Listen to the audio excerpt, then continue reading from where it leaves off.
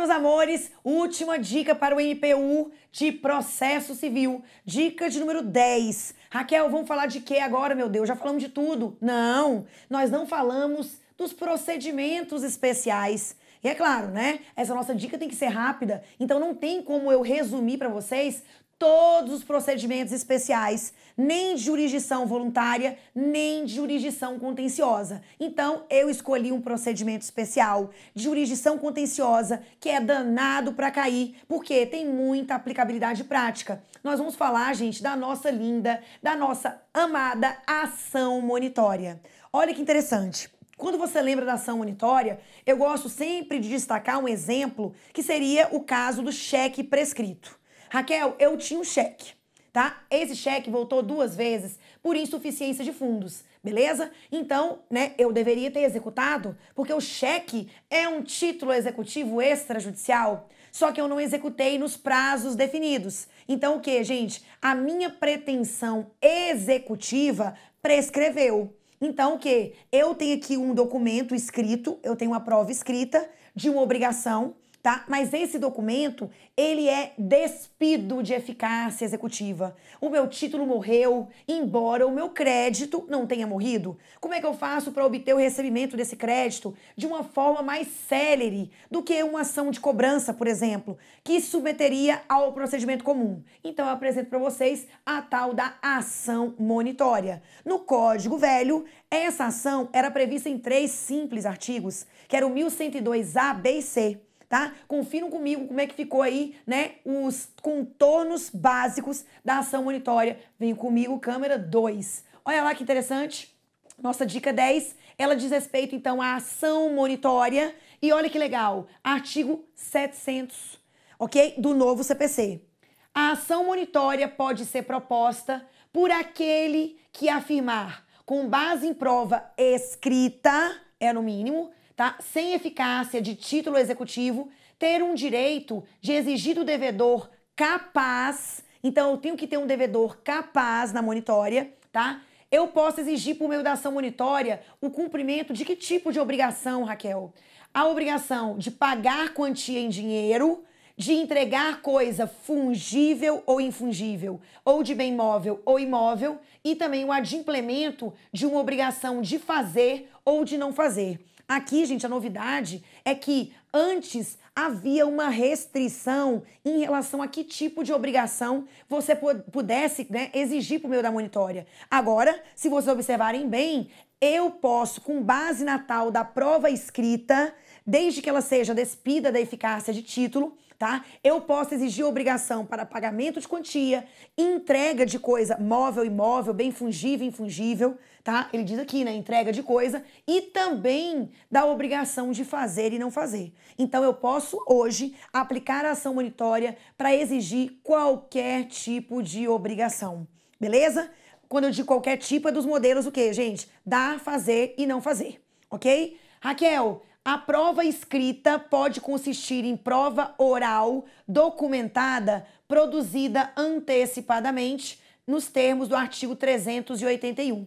A doutrina aqui, eu cito o professor Daniel Amorim Assunção, tá? Que eu gosto demais. Ele diz assim, aqui ele diz que a prova escrita, ela tem que ser uma prova, né, que é documentada, né? A ideia é que a prova é documentada, mas essa prova escrita, ela pode ter sido obtida por meio de uma prova oral que foi documentada, desde que essa prova oral documentada, ela tenha sido produzida conforme lá o Código de Processo Civil, quando ele trata da produção antecipada de provas. Ah, então entendi. Eu só vou poder usar ação monitória se eu tiver uma prova o quê? Escrita, tá? Ou uma prova oral documentada que tenha sido produzida de forma antecipada. Raquel, mas e uma outra prova oral que tenha sido produzida normalmente no processo, no momento certo? Por exemplo, alguma espécie de confissão de dívida que uma testemunha acabou fazendo durante seu depoimento. Perceba que eu não tive uma produção antecipada de provas aqui. Então, nesse caso, eu não poderia utilizar essa prova documentada? E o Daniel Amorim diz que sim. Então, ele diz, em que pese o artigo falar que eu só posso utilizar a prova oral documentada se ela tiver sido produzida de maneira antecipada, ele entende que toda prova oral, tá? Desde que seja documentada. Então, percebam, acaba que a ação monitória agora, ela trabalha com a prova documental ou documentada. Uma prova oral que tenha sido documentada, independente de ter sido produzida de forma antecipada ou não, certo? Lembrando, na ação monitória, qual é a grande vantagem? É que na ação monitória, se estiverem presentes os requisitos, né, você apresentou a prova, você elaborou a petição inicial conforme os artigos agora determinam, valor da causa, tudo certinho. Então, no caso da ação monitória, o juiz recebe a ação monitória, ele faz o juízo de admissibilidade, se tiver tudo ok, ele manda citar a parte requerida para pagar em 15 dias ou oferecer embargos à monitória. Então, percebam, aqui é muito mais fácil de você obter o recebimento do seu crédito do que você, por exemplo, optar por uma ação de procedimento comum como ação de cobrança. Então, aqui, ó, 15 dias para efetuar o pagamento, tá? Ou até mesmo que, gente, olha lá, 15 dias para efetuar o pagamento ou para você oferecer embargos à monitória, tá? Raquel, eu quero saber só um detalhe final.